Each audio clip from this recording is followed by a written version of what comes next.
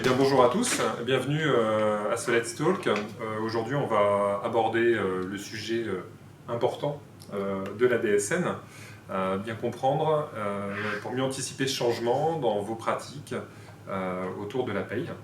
Alors, on va découper cette présentation en trois temps. D'abord, une première partie sur comprendre la DSN, de quoi on parle. Une deuxième partie sur l'évolution des pratiques et on finira par les étapes de la déclaration. Vous allez pouvoir retirer de ce webinaire pas mal de choses en termes de méthodologie, de conseils, évidemment de bonnes pratiques. Et je vous invite à poser vos questions via le chat. Nous y répondrons donc à l'issue de cette présentation qui durera une trentaine de minutes. Christelle, donc attaquons ce premier sujet autour donc, de la DSN pour bien comprendre la DSN. Donc avant de se lancer, il est nécessaire effectivement de comprendre le périmètre, le fonctionnement, les mécanismes à adopter. Donc finalement, d'abord, explique-nous, c'est quoi la DSN ? Alors la DSN, déclaration sociale nominative, c'est une nouvelle logique déclarative qui est recentrée sur l'acte de paye. C'est un fichier mensuel qui est produit à partir de la paye et qui permet de remplacer l'ensemble des déclarations périodiques ou événementielles, ainsi que diverses formalités administratives qui étaient jusqu'à présent adressées par les employeurs à un grand nombre d'acteurs comme la CPAM, l'URSSAF, l'Agirc Arrco, les organismes complémentaires, Pôle emploi, la DGFiP, etc. etc. Donc c'est la loi Warsmann qui est relative à la simplification du droit et à l'allègement des démarches administratives qui a instauré la DSN comme la nouvelle norme de déclaration des données sociales. C'est le fameux principe dites-le-nous qu'une fois aussi. Exactement. Donc l'objectif c'est de demander effectivement les informations une seule fois aux déclarants et de les transmettre ensuite aux organismes qui en ont l'utilité. Donc ça, c'est quand même quelque chose qui est inscrit dans le long terme, hein, puisqu'on parle de simplification depuis plusieurs législatures. Oui. C'est effectivement un schéma qui s'inscrit vraiment dans la durée. Et c'est déjà finalement en place, puisque je crois que dans le privé, c'est en place depuis 2017 ? Oui, tout à fait. Donc la DSN est obligatoire pour toutes les entreprises du secteur privé depuis 2017.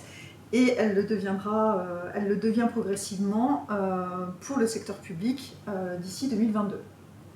Mais alors, finalement, qu'est-ce qui change alors avec l'arrivée de cette DSN ? Donc, on peut peut-être partir des principes fondateurs de la DSN déjà, à commencer par son slogan, une procédure pour les remplacer toutes. Donc, effectivement, c'est ambitieux. Donc, l'objectif, c'est que la DSN intègre à terme l'ensemble des déclarations sociales des employeurs, donc à commencer par celles qui sont issues de la paie. Donc là, en gros, spécifiquement pour la fonction publique, on parle de quoi ? Alors, pour la fonction publique, elles sont pour l'essentiel et dans un premier temps la DATU, déjà. La DUX pour le volet URSSAF, mais pas que. Il y a la DUX à Agirc Arrco, CNIEG, CNIEG, etc. Le prélèvement à la source, j'imagine aussi ? Bien sûr, le prélèvement à la source. Et puis à terme, l'AED, la DSIJ, pour ne citer que les principales. Un deuxième grand principe qu'on peut évoquer, c'est le fait que la DSN repose sur la transmission unique, mensuelle et dématérialisée des données qui reflètent la situation d'un agent au moment où la paie est réalisée, en termes de rémunération, de cotisation, de NIR, du CIRA de l'établissement, de la gestion administrative, etc. Donc l'objectif, c'est de communiquer les informations nécessaires à la gestion de la protection sociale de l'agent aux organismes et aux administrations qui sont concernées. Et tout ça dans une transmission unique, sur un seul et unique portail. Exactement, le portail Net Entreprise. Tout à fait. En parallèle de la déclaration mensuelle, il y a également le signalement d'événements ponctuels qui concernent les agents.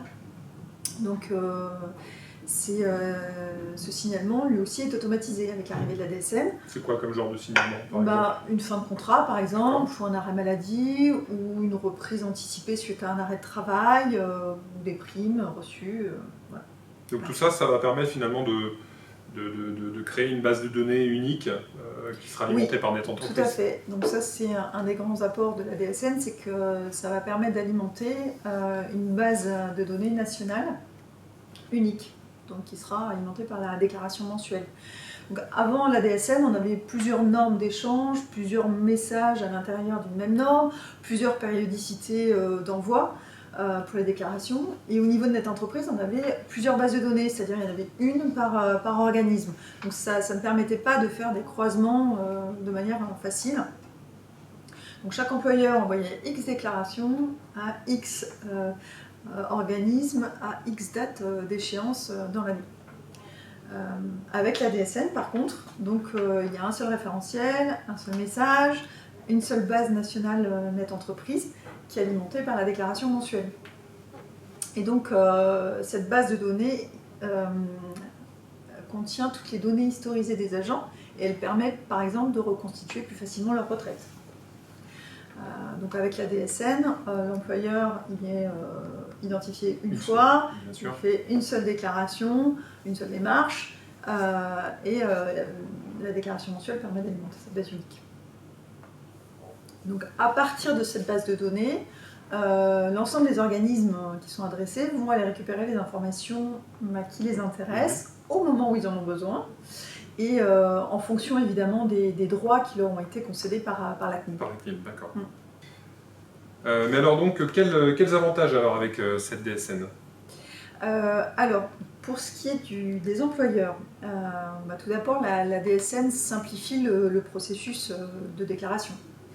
Donc, en allégeant la charge administrative, d'une part, le nombre de données sociales à transmettre est réduit. Il y a une simplification des déclarations qui se font au rythme du cycle de paye. Et puis du fait de la mensualisation, et même si certaines données sont transmises de manière annuelle, il y a quand même une charge qui est lissée.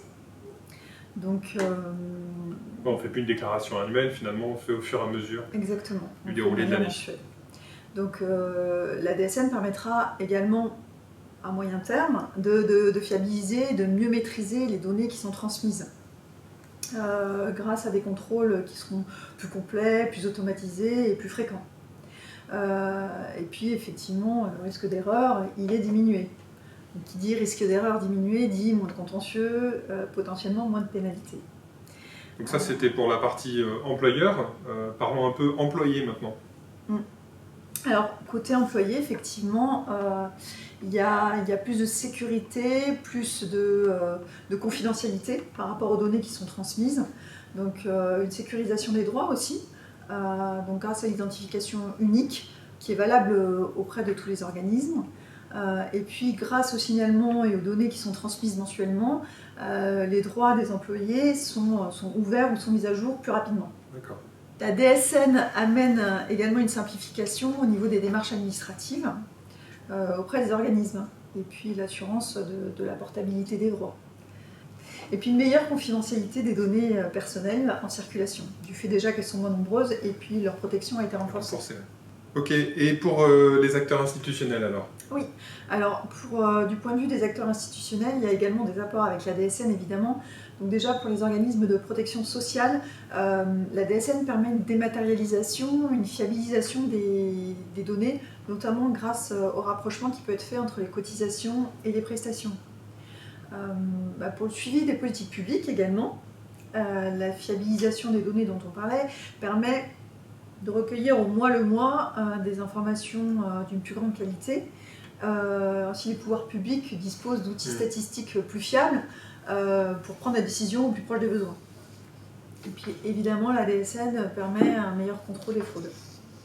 Donc pour la fonction publique territoriale, la mise en place de la DSN, elle s'échelonne finalement de janvier 2020 à janvier 2022. C'est ça, voilà, effectivement.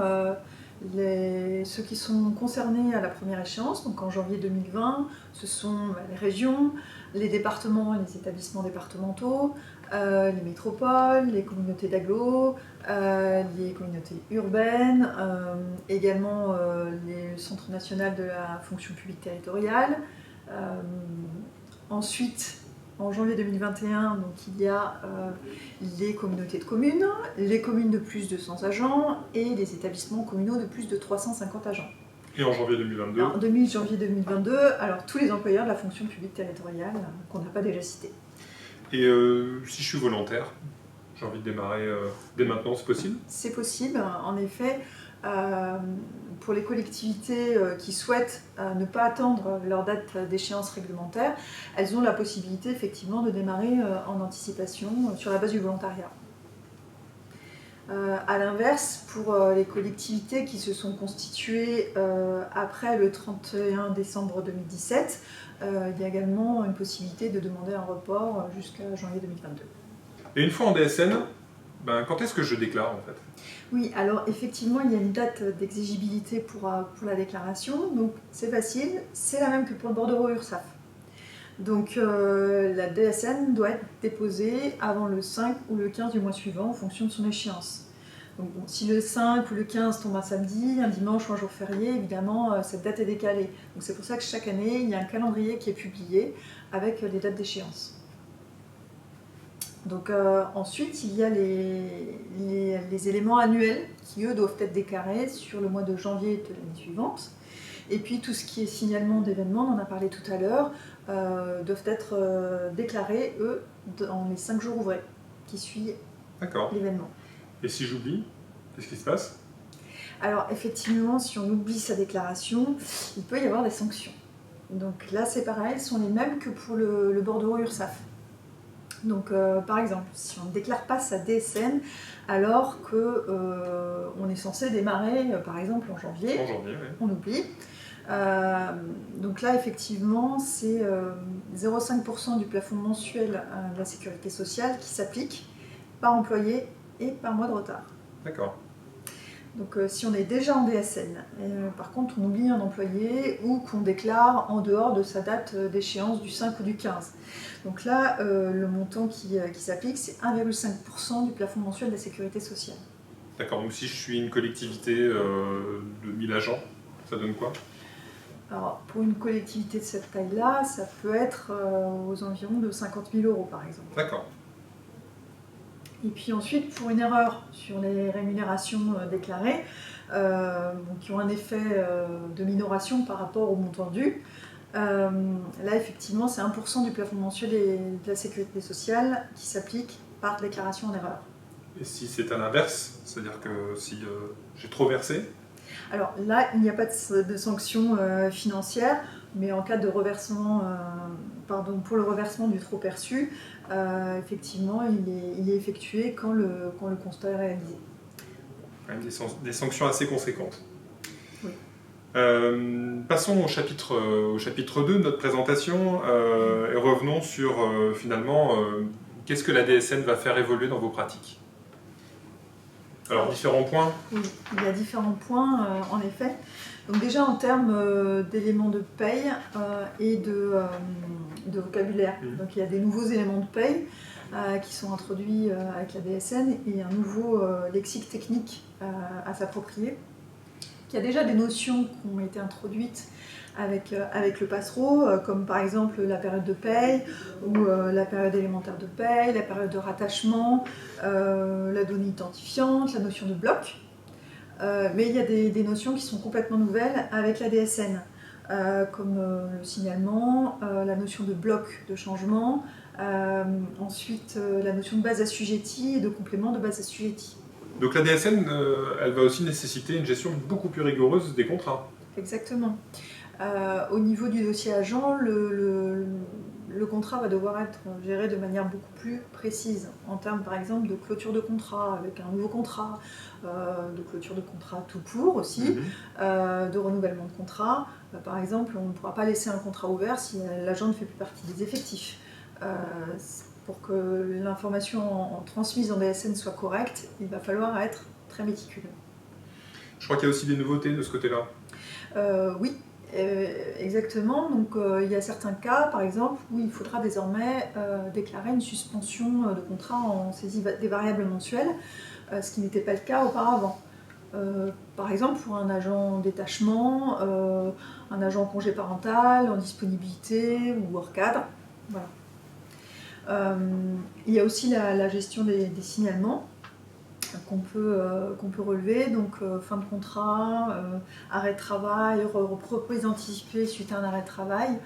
Tous ces cas vont nécessiter effectivement dans un contexte DSN de compléter des informations en saisie des variables mensuelles. Donc ça va nécessiter une gestion plus fine, plus rigoureuse, encore une fois. Pareil, il y a également la gestion des régularisations. Oui. En cas d'erreur, donc il y a des nouvelles fonctionnalités, des procédures spécifiques qui sont mises à disposition donc, dans les applicatifs RH pour pouvoir effectuer des régularisations. Donc en fonction du cas, il sera possible de passer soit par des rappels de paye sur la paye du mois suivant par exemple, soit par des blocs de régularisation. Et est-ce qu'on a le droit de se tromper ? Bien sûr, il y a le droit à l'erreur, effectivement, qui a été introduit en août 2018 par la loi pour un État au service d'une société de confiance. Donc ça, c'est une nouveauté. C'est rassurant. Mais par contre, ça ne s'applique pas au retard et aux omissions de déclaration. D'accord. Des évolutions aussi à noter dans la saisie des primes ? Oui, effectivement. Par rapport à la DSN, donc il y a des primes qu'on va devoir typer et en fonction du typage de ces primes, il y a des primes qui vont devoir avoir une date de fin, par exemple. D'accord. Pour les primes qui sont ponctuelles ou temporaires, on va devoir indiquer une date de fin, ce qui est nouveau. Donc il y a ensuite toute la partie contrôle qui va particulièrement devoir être soignée dans le cadre de la DSN. Donc ça c'est vraiment important dans les premiers mois, dans les mois qui précèdent le démarrage et dans les mois qui suivent le démarrage. Il faut vraiment accorder une attention particulière à la qualité des données qui sont paramétrées dans le logiciel de paye. Donc bien contrôler en amont tout ce qui va être déclaré en DSN. Donc pour ça, évidemment, il y a des outils de contrôle, des éditions qui sont mises à disposition. Et puis donc la communication avec les organismes elle va changer finalement. Également, oui, bien sûr. Du fait qu'on va avoir une transmission unique au travers du portail Net Entreprise, dans un sens et dans l'autre, parce que la DSN n'est pas à sens unique. Il y a aussi les retours métiers à gérer. Donc le cycle de paye évolue et la DSN devient une étape complète du cycle de paye. Oui, complètement. Donc avant la DSN, on avait deux procédures distinctes, on avait deux logiques avec des échéances différentes. Donc pour la paye d'une part, avec une échéance mensuelle, voire trimestrielle, et puis d'autre part pour la déclaration sociale, avec des contrôles faits annuellement sur la base de cumul. Avec la DSN, on a un seul et même traitement. Donc les données pour le paiement et pour les contrôles sont transmises via un flux unique automatisé. Je te propose de passer au chapitre 3, où là on va faire un zoom en fait sur les étapes qui vont vous permettre de générer une DSN conforme.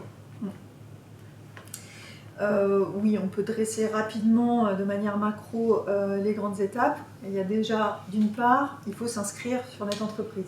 On commence par là.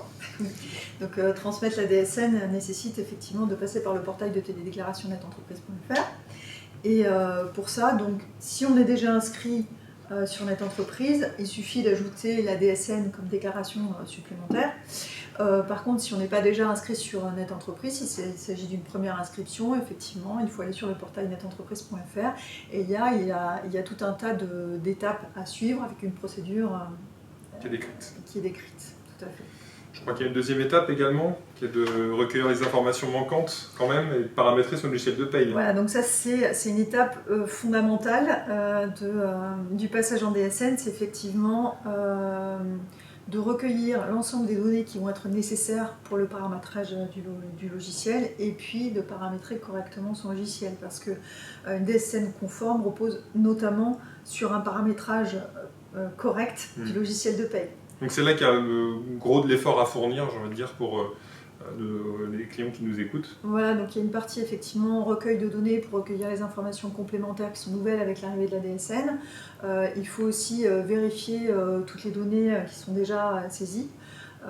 Donc sur le type d'informations qu'il faut récupérer, quelques exemples. Donc il y a effectivement les informations qui concernent les organismes complémentaires, le BIC et l'IBAN des établissements, le code convention collective des collectivités, ça peut être les numéros SIRET et les contrats de l'URSSAF, IRCANTEC, Pôle emploi, etc. etc. Voilà. Troisième et dernière étape, entrer en DSN. Voilà, donc là, effectuer tous les contrôles nécessaires, faire des déclarations test, et puis faire des déclarations en réel en entrant en production Le grand saut. en janvier. Parfait, donc en conclusion, et surtout vu ce que l'on s'est dit sur notamment l'étape 2, finalement, pour que le passage en DSN se passe bien, le conseil principal, c'est anticiper. Oui, effectivement, il ne faut pas attendre la date de l'échéance pour commencer à se préparer. Il y a plusieurs niveaux d'anticipation possibles. Alors déjà, en termes de prérequis, donc il faut bien vérifier les prérequis qui soient techniques ou prérequis de version, en fonction de la taille de l'effectif du logiciel dont on est équipé. C'est important de prendre connaissance des informations transmises à ce sujet. Il a fait aussi, on en a parlé, de compléter toutes les données nécessaires. Ça, c'est quand même le gros du travail, j'ai l'impression. C'est effectivement une étape très très importante. Donc ça permet de préparer, d'aborder sereinement ce changement de taille. Donc sur ce point, on ne peut que vous encourager à consulter toutes les documentations et à utiliser tous les outils qui sont mis à votre disposition dans vos applicatifs RH. Et puis pour un passage serein en DSN, il est généralement préférable de se faire accompagner. Déjà pour bien comprendre les enjeux de la DSN et ses impacts, pour bien contrôler ces données également, et puis pour effectuer un paramétrage correct de l'applicatif de paye, avec notamment une prise en compte, le cas échéant, de ses spécificités. En fait, se former, c'est un moyen finalement de ne pas perdre de temps, de parvenir assez rapidement à être conforme, à passer en DSN, Ouais. Et puis même peut-être à gagner en productivité. C'est certain. Donc on peut s'entraîner finalement ? Oui, c'est même fortement conseillé. C'est conseillé. Alors entraînons-nous. Donc avant de déposer une DSN en réel, donc il est fortement recommandé en effet d'utiliser la DSN en mode test. Donc ça permet de générer une déclaration DSN et d'effectuer un premier niveau de contrôle. Alors on n'envoie pas bien sûr toutes les informations aux organismes quand on est en mode test, mais par contre ça permet déjà de se préparer. Donc il ne faut pas sous-estimer, je crois que vous l'avez compris, l'effort qu'il y a à fournir sur ce passage en DSN, sur la récupération de l'ensemble de ces données, sur le paramétrage, sur la mise en conformité aussi de son logiciel. Donc mettez, on va dire aussi, toutes les chances de votre côté peut-être en choisissant d'utiliser le mode API. Oui, le mode API, effectivement, c'est une manière de gagner du temps et de gagner en sécurité. On peut transmettre directement sa déclaration et récupérer les comptes rendus métiers directement au sein de son applicatif, plutôt que de gérer ça de manière manuelle, avec l'ensemble des flux qui sont transmis. Donc ça représente un gain de temps, un gain de sécurité et de sûreté des données qui est elle aussi renforcée. Bien entendu. Okay. Donc la DSN marque quand même un changement majeur dans vos pratiques. Ça lance réellement la digitalisation des processus RH au sein de votre collectivité. Et c'est quelque chose qui risque de s'accélérer. Parce qu'avec la DSN, on est dans une nouvelle dématérialisation d'un nouveau flux finalement. Oui. Et en fait, c'est même une opportunité pour un service RH. Oui. Exactement, donc c'est une nouvelle dématérialisation de données, donc des nouveaux flux, et qui dit nouveaux flux dit effectivement nouveaux enjeux, mais également de nouvelles opportunités pour les services RH ou pour les services techniques. En termes de suivi, de pilotage, de reporting. Oui. C'est vrai qu'à terme, c'est la possibilité de superviser de plus en plus de choses au sein de son outil. Tout à fait. Donc il y a un réel intérêt, que ce soit pour le suivi technique des flux, tous les flux qui sont déposés, donc, par exemple sur notre entreprise, puisqu'on parle de la DSN, ça permet de vérifier l'état de ces flux. Donc, et ensuite, il y aura d'autres flux potentiellement. En termes de suivi de métier également, donc pour chaque flux de voir les flux qui ont été déposés, quels ont été les retours, et de pouvoir consulter l'historique des échanges. Après, il y a aussi la possibilité de gérer des alertes, de paramétrer en fonction des droits utilisateurs, d'avoir des informations par mail ou par SMS. Voilà. Donc il y a quand même beaucoup d'avantages à cela.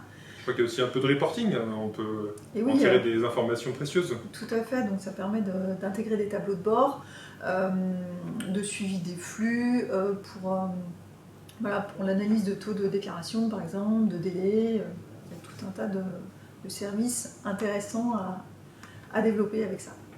Bon, donc si on se résume, ce qu'il faut retenir un peu de cet échange, c'est que d'abord il faut bien se préparer, je crois, pour la DSN, ouvrir la déclaration DSN sur notre entreprise, contrôler, compléter ses données, c'est important. On l'a compris, il faut s'outiller, il faut également se former, c'est un sujet clé pour réussir, et se faire accompagner pour le faire dans les meilleures conditions possibles. Alors on vient de balayer assez largement la DSN au cours de cette demi-heure. Vous nous avez posé différentes questions via le chat. Je propose de laisser place à vos questions et d'y répondre avec Christelle.